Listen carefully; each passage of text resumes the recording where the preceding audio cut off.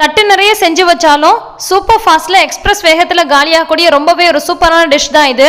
எங்கள் வீட்டில் எல்லாருமே ரொம்ப விரும்பி சாப்பிடக்கூடிய ஒரு ஈவினிங் ஸ்நாக். இது நீங்கள் ஈவினிங் ஸ்நாக்காகவும் சாப்பிடலாம் அல்லது சாப்பாட்டோட சைட் டிஷ்ஷாக கூட சாப்பிடலாம். 10 நிமிஷத்தில் பட்டுன்னு செஞ்சிடலாம். ஆனால் எவ்வளோ செஞ்சாலும் பத்தாது.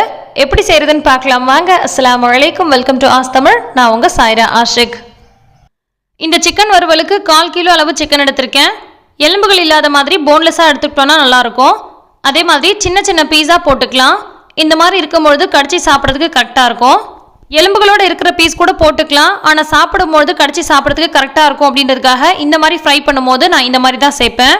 இப்போ இது கூட 1 டேபிள் ஸ்பூன் அளவுக்கு இஞ்சி பூண்டு விழுது சேர்த்துக்கலாம். நான்வெஜ்ஜில் எந்த டிஷ்ஷு செஞ்சாலுமே இஞ்சி பூண்டு விழுது ரொம்ப முக்கியம். அதோட அளவு ரொம்பவே பர்ஃபெக்டாக இருந்துச்சுன்னா டேஸ்ட்டும் ரொம்பவே நல்லாயிருக்கும். இஞ்சும் பூண்டும் சரிசம அளவில் இருந்துச்சுன்னா இந்த மாதிரியெல்லாம் டிஷ் நீங்கள் செய்யும் போது ரொம்பவே நல்லாயிருக்கும். இப்போ இது கூட 1/4 டீஸ்பூன் அளவுக்கு மஞ்சள் பொடி சேர்த்துக்கலாம். 1/2 டேபிள் ஸ்பூன் அளவுக்கு மிளகாய் பொடி சேர்த்துக்கலாம். இது நல்ல காரமான மிளகாய் பொடி, அதனால் 1/2 டேபிள் ஸ்பூன் அளவுக்கு சேர்த்துருக்கேன். உங்களுக்கு தேவைப்பட்டால் நீங்கள் கூடுதலாவோ குறைச்சலாவோ சேர்த்துக்கலாம்.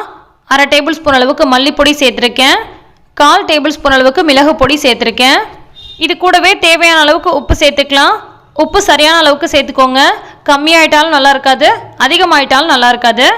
இது கூடவே கொஞ்சமாக சீரகம் சேர்த்துக்கலாம். சீரகம் இதுக்கு ஒரு நல்ல ஃப்ளேவர் கொடுக்கும். அதே மாதிரி இது கூடவே கொஞ்சமாக கருவேப்பிலையும் சேர்த்துக்க போகிறோம். கருவேப்பிலையை முடிஞ்ச அளவுக்கு நல்ல பொடியாக சாப் பண்ணிவிட்டு இது கூட சேர்த்துக்கலாம். இந்த சீரகமும் கருவேப்பிலையும் சேர்ந்து நல்ல ஒரு ஃப்ளேவர்டாக இருக்கும்.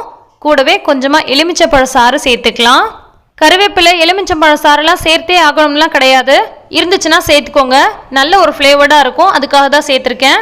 கண்டிப்பாக இந்த மாதிரி நீங்கள் ட்ரை பண்ணி பாருங்கள், ரொம்ப நல்லாயிருக்கும். 250 கிராம்லேருந்து 300 கிராம் அளவு கறிக்கு இப்போ நான் சொல்லியிருக்க அளவுகள் எல்லாமே கரெக்டாக இருக்கும். எல்லாத்தையும் சேர்த்து கைகளால் நல்லா பிசைஞ்சுக்கோங்க. இது ஒரு 10 நிமிஷம் 15 நிமிஷம் போல் ஊற விட்டு செஞ்சோம்னா ரொம்பவே நல்லாயிருக்கும். டைம் இல்லைன்னா அப்படியே கூட நம்ம செஞ்சுக்கலாம். இப்போ எண்ணெய் சூடானதோ ஒவ்வொரு பீஸா நம்ம இதுக்குள்ளே சேர்த்துடலாம்.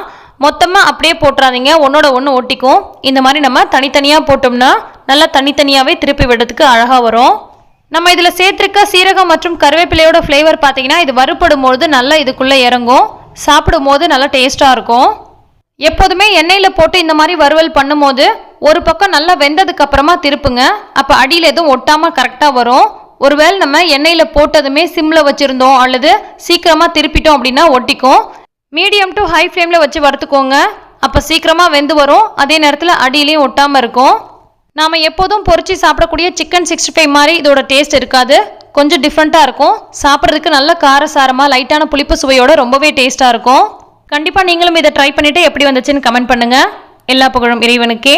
நன்றி.